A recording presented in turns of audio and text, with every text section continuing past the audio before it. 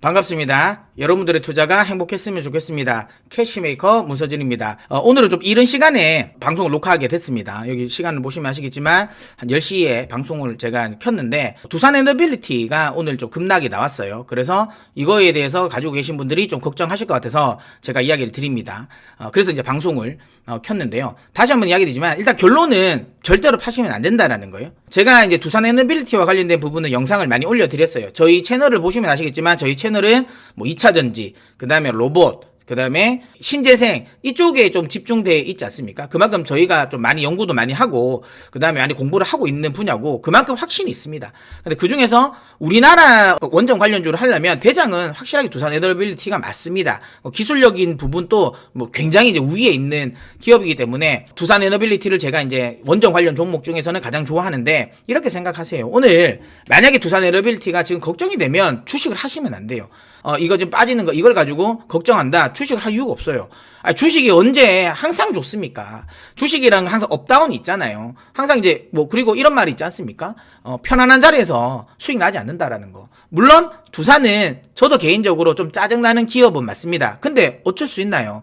그러니까 이런 거잖아. 잘 사는 집안의 자식이면 좀 편하겠지. 알바도 안 해도 되고, 그냥 뭐 부모가 주는 따박따박 주는 돈 가지고 쓰면 돼. 그럼 그러니까 만약에 그러니까 그런 식으로 해서 좀 부모 뒷배경이 좀 빵빵하면 나중에 이제 혹시라도 우리가 뭐 그런 사람을 만약에 뭐 배우자를 만나더라 하더라도 좀 뭐 편안할 수는 있어. 근데 어쨌든 뭐 그거는 그런 거고, 그러니까 뭐 그런 종목은 제가 얼마 전에 소개해서 포스코 케미칼이잖아. 나는 좀 엄마가 좀 뒷배가 좀 빵빵한 애들이 좋아. 그러면 뭐 포스코 이런 걸 사는 게 맞지. 근데 어쨌든 우리는 이걸 선택을 했잖아. 어쨌든 그 부모가 집안이 좀 가난하고 결국에는 소년 가장을 해야 된다라는 걸 알고 샀잖아요. 그걸 알고 샀는데 뭐가 문제예요? 결국에는 그건 뭐야? 우리는 그러면 결국에는 이 부모의 뒷배경은 안 보고 샀잖아. 그럼 결국에는 얘의 성장성, 얘의 믿음. 그러니까 내가 선택한 이 사람의 믿음만 가지고 결정을 했다는 거. 그럼 결국에는 주식도 지금 그거잖아. 두산 에너빌리티를 사면서 그룹사 관련 부분에 대한 우려감을 가졌으면 애초부터 이걸 사면 안 돼. 맞죠? 근데 결국엔 어쨌든 이건 해결될 거라는 거고, 그리고 뭐 재무구조 관련 부분도 거의 이제 마무리 단계로 해결이 다 됐잖아요. 다만 이제 두산그룹 자체가 이제 너무 힘드니까 지금 어쨌든 그 현금 확보를 위해서 매도를 하긴 했지만 이제 추가적으로 더 매도 나올 물량은 저는 없다라고 보고 있고요. 그 다음에 이 두산 에너빌리티를 가져간 블록딜을 한 사람 입장에서도 이걸 바로 빠른 시일 내에 시장에 매물을 쏟아낼까요? 저는 그럴 가능성은 거의 없다고 봅니다. 이 개인 투자자들이 싫어하는 건 결국엔 블록들이 이꼬르 마이너스, 그러니까 오버잉 이슈라는 공식이 그러니까 은연중에 좀 생겨서 그런 건데 실제로 다 그렇지는 않아요. 특히 두산중공업 때부터 그러니까 이 두산 에너빌리티 같은 경우는 블록들 이후에 오히려 주가는 훨씬 더 잘 갔었습니다. 뭐 그런 것들을 본다면 이번은 두산 에너빌리티 자체의 펀더멘탈에 대한 우려감은 아니라는 거. 그러니까 수급적인 부분에 의한 우려감으로 하락을 하고 있는 거기 때문에 저는 이거는 매도의 자리는 아니라고 보고 있고요. 그냥 가져가시면 됩니다. 혹시라도 내가 비중이 작으면 매수도 가능하다.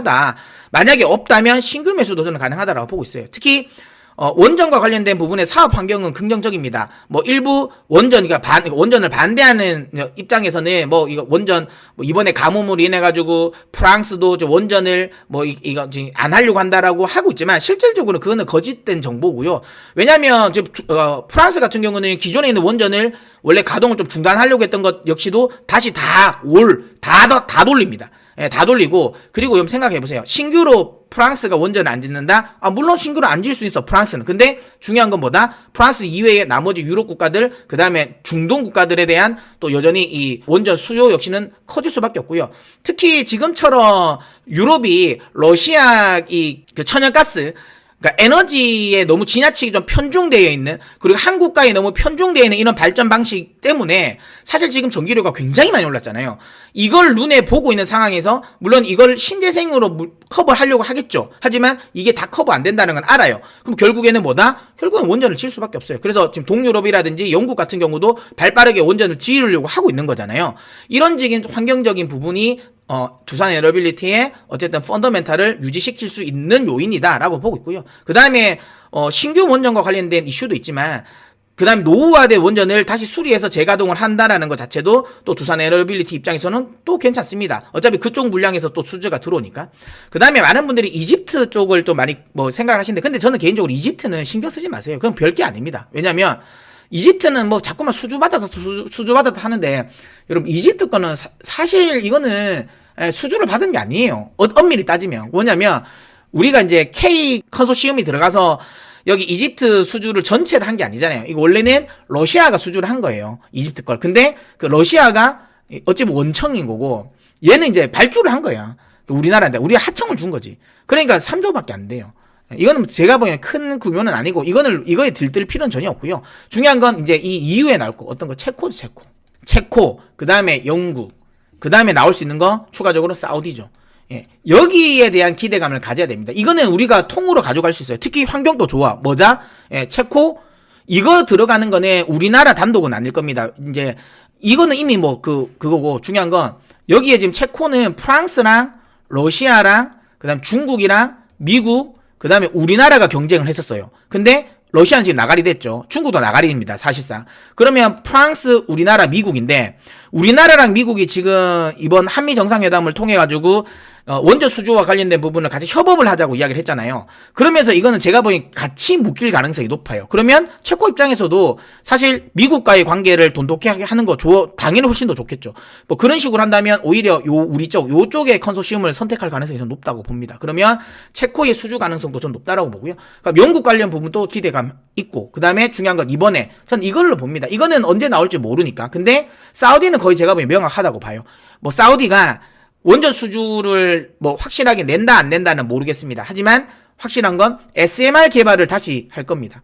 그러니까 원래 사우디가 우리나라랑 SMR 개발을 같이 했었어요. 공동 개발을 했는데 이제 그러니까 박근혜 정부 때. 근데 문재인 정부 들어와서 탈원전을 하면서 요거를 이제 밀어버렸잖아요. 안 했잖아요. 근데 윤석열 지금 대통령 같은 경우는 다시 이제 탈원전 폐기를 하려고 하고 있고, 그 다음에 이번 사우디 정상회담의 주요 화두는 이게 될 겁니다. 원전 수주가. 그러면 SMR과 관련된 부분에 연구 개발 같이 하자라고 할 거고, 그러면 또 이제 사우디는 계속 이제 이 네옴시티와 관련된 부분 전력이 굉장히 많이 들어갑니다. 신재생으로만, 그러니까 흔히 말하면 재생에너지로만은 이게 가능하진 않아요. 원전 한두 기 정도는 건설할 가능성이 높다라고 보면 그게 우리나라일 가능성이 높습니다. 물론 최근 들어서 러시아랑 좀 중국과 러시아가 좀 사이가 좋아지긴 했어.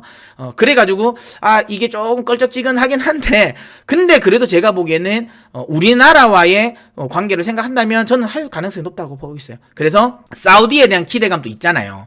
그러면 아직까지 지금 보세요. 블록딜과 관련된 이슈는 이미 터졌고 그걸로 가격은 하락을 했어요. 하지만 앞으로 남아있을 주가를 상승시킬 만한 요인은 아직 남아있다. 근데 이거 왜 팝니까? 예, 저는 가지고 있어야 된다라고 생각합니다. 절대로 팔지 마시고요. 홀딩 의견 드리도록 하겠습니다.